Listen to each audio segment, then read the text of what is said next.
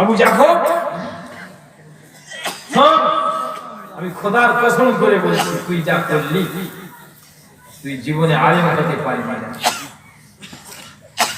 তুই যা করলি আমি কসম খেয়ে বলছি তুই জীবনে আলেম হতে পারবি না। এই আবু জাফর তাহাবী রাহমাতুল্লাহ আলাইহি হানাফি মাযহাবের পর্বত সমান আলেম হয়েছেন। এই সমস্ত আলেমরা আজকে যারা মাথায় পাগড়ি নিয়ে জানে তাহাবী শরীফ সারি লেখা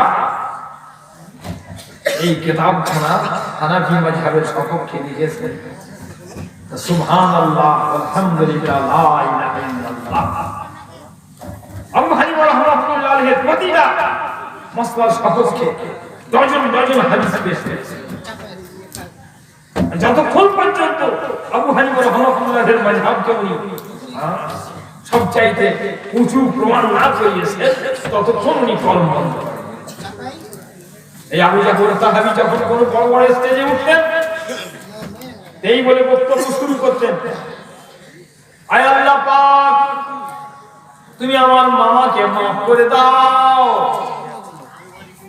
আয় আল্লাহ পাক তুমি আমার মামাকে ক্ষমা করে দাও। আজ যদি আমার মামা বেঁচে থাকতেন তাকে কসমের কাফারা আদায় করতে হতো। কেন? উনি কসম খেয়েছেন যে আবু জাফর তুই আলেম হতে পারবি না। আল্লাহ পাক তুমি আমাকে কেবল আলেম করো নাই, আমার একটা মাযহাবের ইমাম বানিয়ে দিয়েছো। তাহলে আবু জাফর তাহাবী রাহমাতুল্লাহ আলাইহি শাফিঈ মাযহাব থেকে চলে আসছেন। আবু হানিফা রাহমাতুল্লাহের বাস্তবতা দেখে, মাযহাবের বাস্তবতা দেখে আফসোস সেই ঘর থেকে আল ডাক্তার মাস্টার লয়ার ইঞ্জিনিয়ার স্কুল কলেজের ছাত্ররা নেটের মাধ্যমে অন্যমুখী হয়ে যাচ্ছে। হচ্ছে তো কোনো মাযহাব নয়, লা মাযহাব। আহলে হাদিস কারা? এরা হচ্ছে আরবের ওয়াহাবী সম্প্রদায়। ভারতবর্ষে সর্বপ্রথম যখন অখণ্ড ভারত, এখানে ওয়াহাবী মতবাদ এনেছিল সৈয়দ আহমদ রায়মানি, ইসমাইল দেহলভী।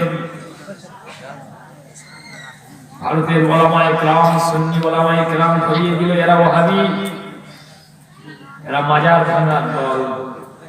আল্লাহ রাসূলের শানে গুস্তাখি করে, আউলিয়াদের শানে গুস্তাখি করে, কোন মাযহাব মানে না। তখন ওরা নিজেদের নাম দিয়েছিল মুওয়াহ্হিদিন, আমরা তাওহীদবাদী, আল্লাহর একত্ববাদী। সুন্নি ওলামায়ে কেরাম আবার সাধারণকে জানিয়ে দিলেন মানুষদের এরা তাওহীদের আড়ালে, আল্লাহর আড়ালে রাসূলুল্লাহর বেয়াদবি করে মুস্তাক।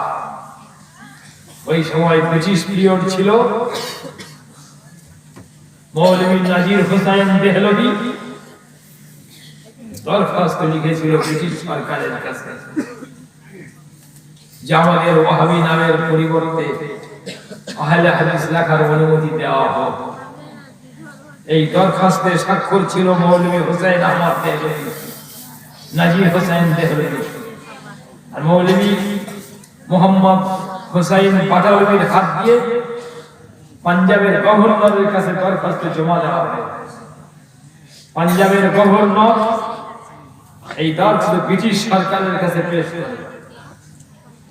1888 সালে 14 আগস্ট 732 নম্বর নোটিশের মাধ্যমে ব্রিটিশ সরকার নাজির হোসেন দেহলভীকে জানিয়ে দিয়েছে এবার আপনারা নিজেদের নামে আগামীতে আহলে হাদিস লিখতে পারবেন।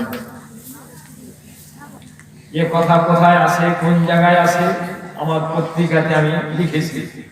কারণ বাপের শক্তি নেই যে আমার পত্রিকাকে রং প্রমাণ করে। বুঝা গেল যে আহলে হাদিস এরা কারা? ব্রিটিশ সরকারের কাছ থেকে নিজের নামকে অনুমোদন করে। এরা কোন মাযহাবের নয়। কিন্তু ভাইয়েরা জানে না, সাধারণ মানুষ জানে না, এদের বুঝিয়ে দিচ্ছে কোরআন হাদিস থাকতে আমরা মাযহাব মানতে গেলাম। অথচ ও বেচারা বুঝতে পারছে না যে আমি যে আহলে হাদিস বলছি, সকাল থেকে সন্ধ্যা পর্যন্ত নামাজের 100টা মসলা আমার সামনে আসে, আমি নিজে তো কোরআন থেকে হাদিস দিয়ে বের করতে পারবো না। আর আমাদের যদি হতে হয় আমরা আহলে কোরআন হলাম না কেন, কোরআন বলা না হয়ে হাদিস বলা হলাম কেন? এ কথা এদের মাথায় করে ফেলিয়ে দিচ্ছে না। তওবা করা দরকার, সময় এখনো রয়েছে। হানিফি মাযহাব অখণ্ড ভারতে আজকে থেকে নয়, সুলতানি পিরিয়ড থেকে মুঘল রাজা বাদশারা সবাই ছিলেন হানিফি। তার সবচাইতে জ্বলন্ত প্রমাণ হলো বাদশাহ আওরঙ্গজেব আলমগীর আলাইহিস সালাম, যিনি বিশ্বের বড় বড় ওলামায়ে কেরামদের তার দরবারে হাজির করে সেই জামানায় 2.5 লক্ষ চাঁদির টাকা খরচা করে আর আলেমদের হাতে সোনা দানা মণিমুক্তা উপহার দিয়ে ফতোয়া আলমগীর লিখিয়েছেন। আলমগীর কিতাবটা হানিফি মাযহাবের জন্য পর্বত নয়, হিমালয়ের পর্বত। এই কিতাব খুলুন, সেখানে লেখা আছে কান পর্যন্ত হাত তুলতে হবে, নাভির নিচে হাত রাখতে হবে।